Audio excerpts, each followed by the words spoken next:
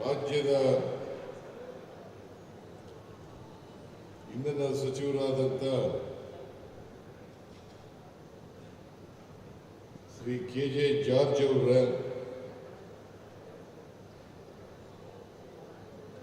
ಚಿಕ್ಕಬಳ್ಳಾಪುರ ಜಿಲ್ಲೆಯ ಉಸ್ತುವಾರಿ ಸಚಿವರಾದಂಥ ಡಾಕ್ಟರ್ ಸುಧಾಕರ್ ಅವರ ರಾಜಕೀಯ ಕಾರ್ಯದರ್ಶಿಗಳಾದಂಥ ಶ್ರೀ ನಸೀರ್ ಅಹಮದ್ ಅವರ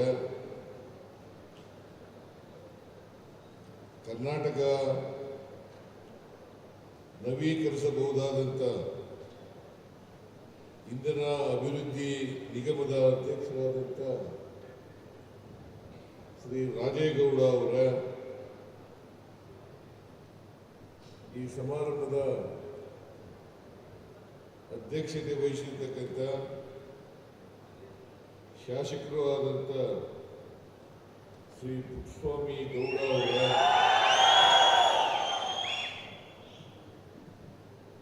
ಮಾಜಿ ಸಚಿವರು ಡಾಕ್ಟರ್ ಎಚ್ ನರಸಿಂಹಯ್ಯ ಅಭಿವೃದ್ಧಿ ಪ್ರಾಧಿಕಾರದ ಅಧ್ಯಕ್ಷರು ಆದಂಥ ಶ್ರೀ ಶಿವಶಂಕರ ರೆಡ್ಡಿ ಅವರ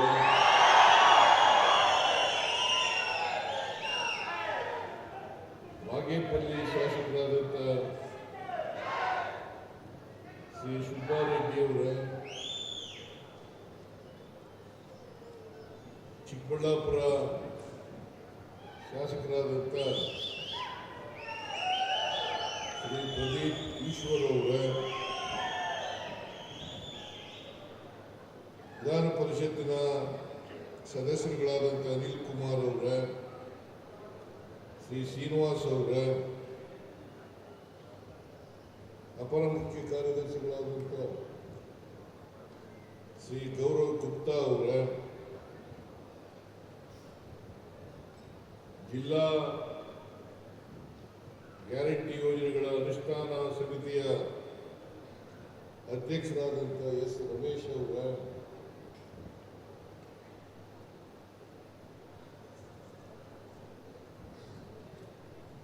ಚಿಕ್ಕಬಳ್ಳಾಪುರ ಅಭಿವೃದ್ಧಿ ಪ್ರಾಧಿಕಾರದ ಅಧ್ಯಕ್ಷರಾದಂಥ ಕೇಶವ ರೆಡ್ಡಿ ಅವರ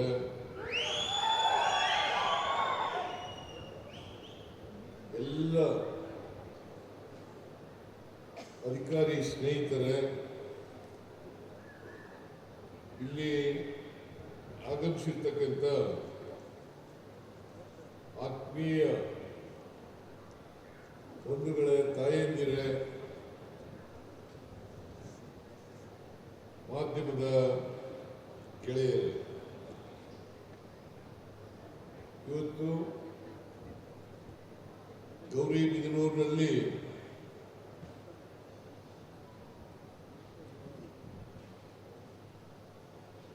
PM ಕುಸುಮ್ ಕಾಂಪೋನೆಂಟ್ ಸಿ ಅಡಿಯಲ್ಲಿ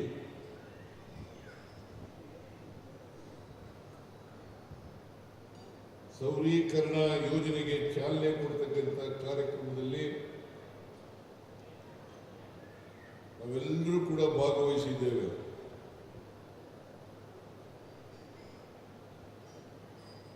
ಈ ಕಾರ್ಯಕ್ರಮವನ್ನು ಅತ್ಯಂತ ಸಂತೋಷದಿಂದ ಉದ್ಘಾಟನೆ ಮಾಡಿದ್ದೇನೆ ಅಂತ ಹೇಳಲಿಕ್ಕೆ ಬಹಳ ಸಂತೋಷ ಆಗ್ತಾ ಇದೆ.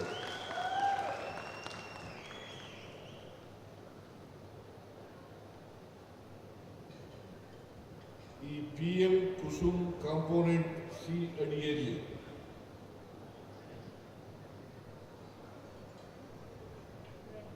ಇವತ್ತು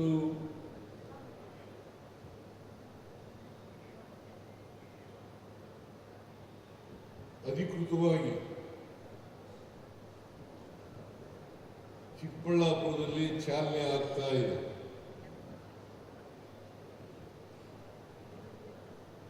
ಈಗಾಗಲೇ ಇಡೀ ರಾಜ್ಯದಲ್ಲಿ ಸುಮಾರು 200 ಮೆಗಾವ್ಯಾಟ್ ಉತ್ಪಾದನೆ ಮಾಡ್ತಾ ಇದ್ದು ಕುಸುಮ್ ಸಿನಲ್ಲಿ ರಾಜ್ಯದ ಅನೇಕ ಭಾಗಗಳಲ್ಲಿ ಇದು ಚಾಲ್ತಿನಲ್ಲಿ ಇರುತ್ತದೆ. ಯೋಜನೆ ಇವತ್ತು ಚಿಕ್ಕಬಳ್ಳಾಪುರದಲ್ಲಿ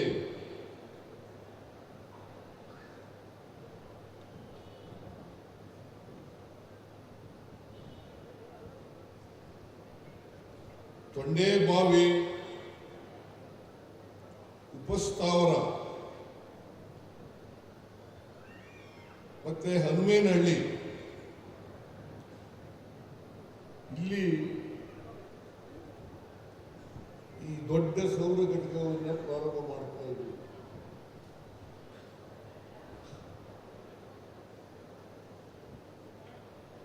ಈ ಸೌರ ಘಟಕದಲ್ಲಿ ಸುಮಾರು 20 ಮೆಗಾವ್ಯಾಟ್ ವಿದ್ಯುತ್ತನ್ನು ಉತ್ಪಾದನೆ ಮಾಡಲಾಗುವುದು.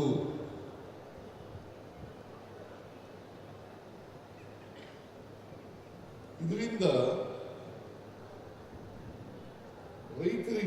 ರೈತರ ನೀರಾವರಿ ಪಂಪ್ಸೆಟ್ಗಳಿಗೆ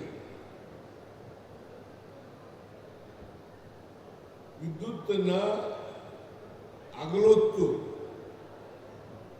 3 ಫೇಸ್ನಲ್ಲಿ 7 ಗಂಟೆ 5 ಗಂಟೆ ಒಳಗಡೆ ಕೊಡ್ತೀವಿ. ಹಿಂದೆನೂ ಕೂಡ ಕೊಡ್ತಾ ಇದ್ದು.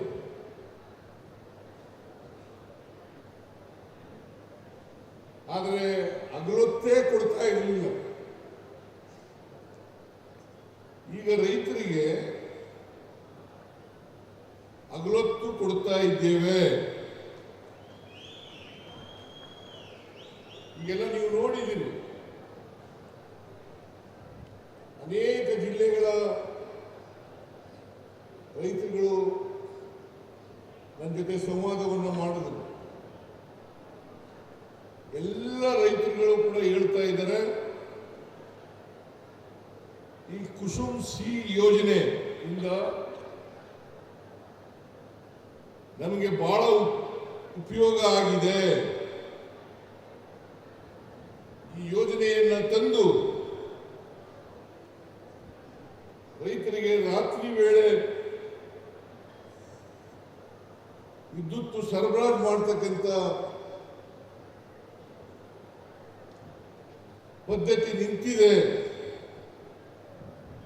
ರಾತ್ರಿ ಹೊತ್ತು ಹೋಗ್ಬೇಕಾಗಿತ್ತು ರೈತರು.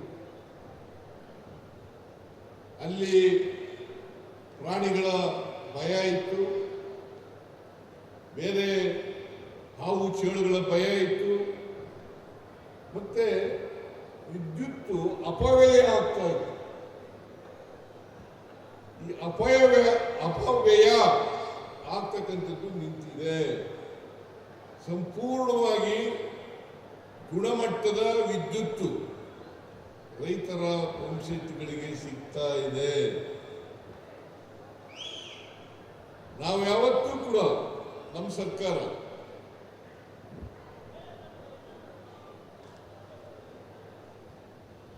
ರೈತರ ಪರವಾಗಿ ಇರ್ತೇವೆ.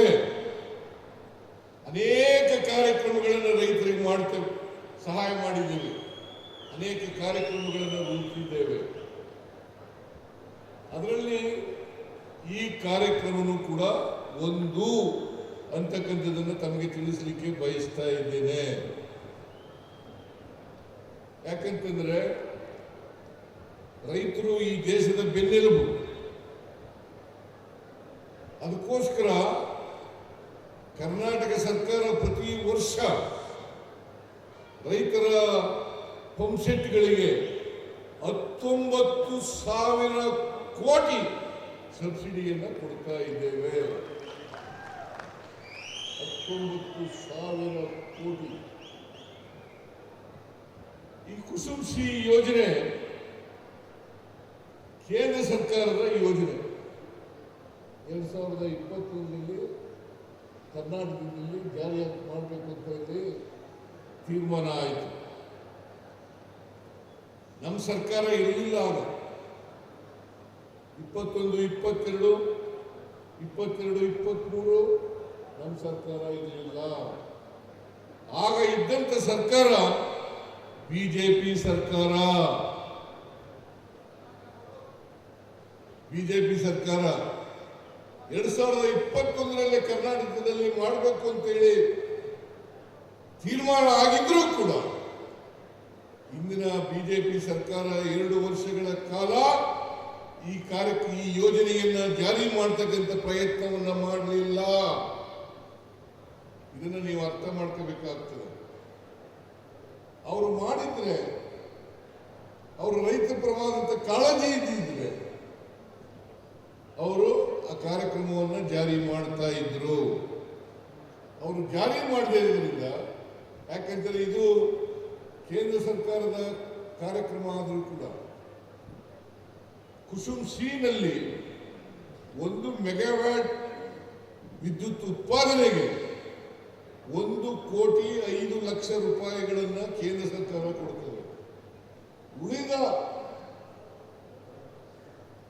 ಖರ್ಚನ್ನ, ಉತ್ಪಾದನೆಗೆ ತೆಗೆತಕ್ಕಂಥ ವೆಚ್ಚವನ್ನ ರಾಜ್ಯ ಸರ್ಕಾರ ಮಾಡ್ತದೆ ಅಂತಕ್ಕಂಥ ಮಾತುಗಳನ್ನ ಹೇಳಲಿಕ್ಕೆ ಬಯಸ್ತಾ ಇದ್ದೇನೆ. ಯಾಕಂದ್ರೆ 1 ಮೆಗಾವ್ಯಾಟ್ ವಿದ್ಯುತ್ತನ್ನು ಉತ್ಪಾದನೆ ಮಾಡಬೇಕಾದ್ರೆ ಸುಮಾರು 3 ಕೋಟಿ ಖರ್ಚಾಗ್ತದೆ. ಈ 3 ಕೋಟಿ ರೂಪಾಯಿನಲ್ಲಿ 1,05,00,000 ಕೇಂದ್ರ ಸರ್ಕಾರ ಕೊಡ್ತಕ್ಕಂಥದ್ದು. ಕುಸುಮ್ ಬಿ ಈಗಾಗಲೇ ಜಾರಿಯಲ್ಲಿದೆ. ಕುಸುಮ್ ಬಿಗೆ 50% ರಾಜ್ಯ ಸರ್ಕಾರ ಭರಿಸ್ತದೆ. ಕೇಂದ್ರ ಸರ್ಕಾರ 30% ಮಾತ್ರ ಕೊಡ್ತದೆ. ಮತ್ತೆ ಇನ್ವೆಸ್ಟರ್ಸ್ 20% ಅನ್ನು ಕೊಡ್ತಾರೆ. ನಾನು ಮತ್ತೊಮ್ಮೆ ಪುನರುಚ್ಚಾರ ಮಾಡ್ತೇನೆ, ಇದು ಕೇಂದ್ರ ಸರ್ಕಾರದ ಕಾರ್ಯಕ್ರಮ ಆದರೂ ಕೂಡ ರಾಜ್ಯ ಸರ್ಕಾರ 50% ಕೊಡ್ತದೆ. ಕೇಂದ್ರ ಸರ್ಕಾರ ಕೊಡೋದು 30%. ಇನ್ನು ಉಳಿದ 20% ಯಾರು ಬಂಡವಾಳ ಹಾಕ್ತಾರೆ ಅವ್ರು ಕೊಡ್ತಕ್ಕಂಥದ್ದು. ಅಂದ್ರೆ ನಾನು ಯಾಕೆ ಈ ಮಾತನ್ನ ಹೇಳ್ತಾ ಇದ್ದೀನಿ ಅಂತಂದ್ರೆ, ಇದು ಕೇಂದ್ರ ಸರ್ಕಾರದ ಕಾರ್ಯಕ್ರಮ ಆದರೂ ಕೂಡ ಪ್ರಧಾನಮಂತ್ರಿಗಳ ಕುಸುಮ್ ಕಾಂಪೋನೆಂಟ್ ಸಿ ಅಂತ ಇದ್ರೂ ಕೂಡ ರಾಜ್ಯ ಸರ್ಕಾರ ಹೆಚ್ಚು ಹಣವನ್ನು ಖರ್ಚು ಮಾಡುತ್ತದೆ.